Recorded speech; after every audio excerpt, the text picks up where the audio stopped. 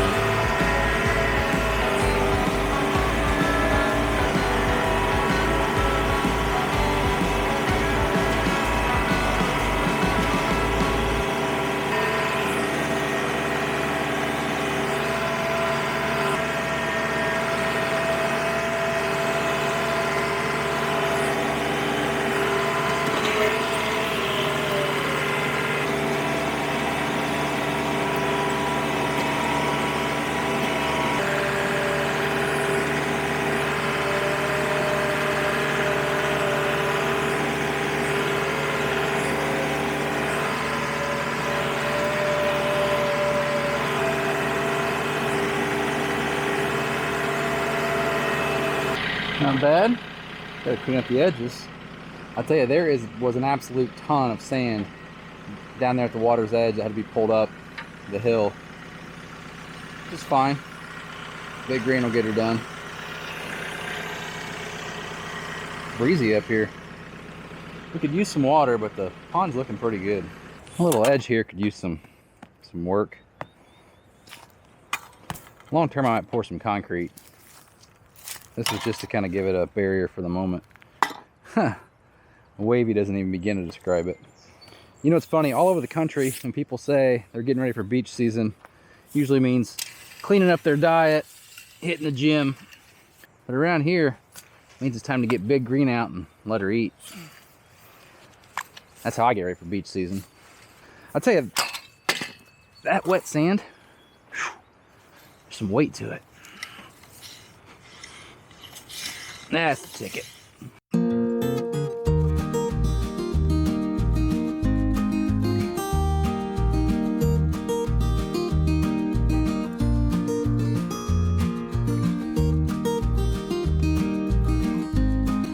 It's not perfect, but it's a heck of a lot better.